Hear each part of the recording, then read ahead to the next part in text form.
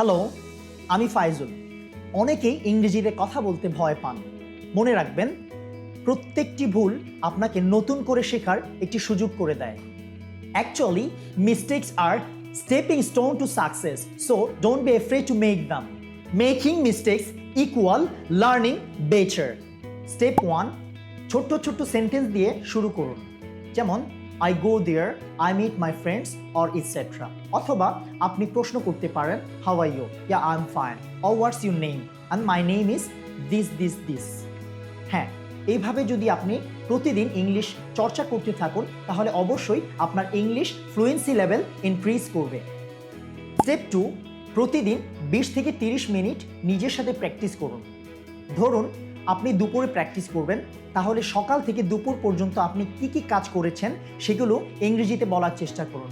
অথবা বিকেলে প্র্যাকটিস করবেন, তাহলে সকাল থেকে বিকেল পর্যন্ত আপনি যে কাজগুলো করেছেন সেগুলোকে আপনি ইংরেজিতে বলার চেষ্টা করুন।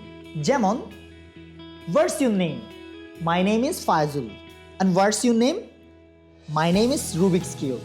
Wow, great color. How many colors do you have, Rubik's? Oh, I have 6 colors. Oh, nice. Thank you, Rubik's Cube. এভাবেই আপনি আপনার প্র্যাকটিস চালিয়ে যান।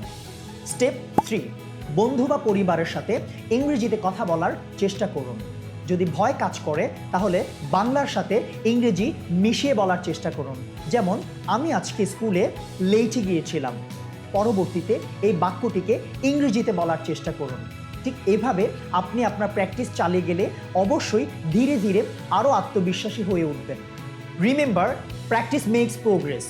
প্রতিদিন একটু একটু করে ইংরেজি বলার চেষ্টা করুন আর দেখুন আপনার ভয় কিভাবে দূর হয়ে যায়।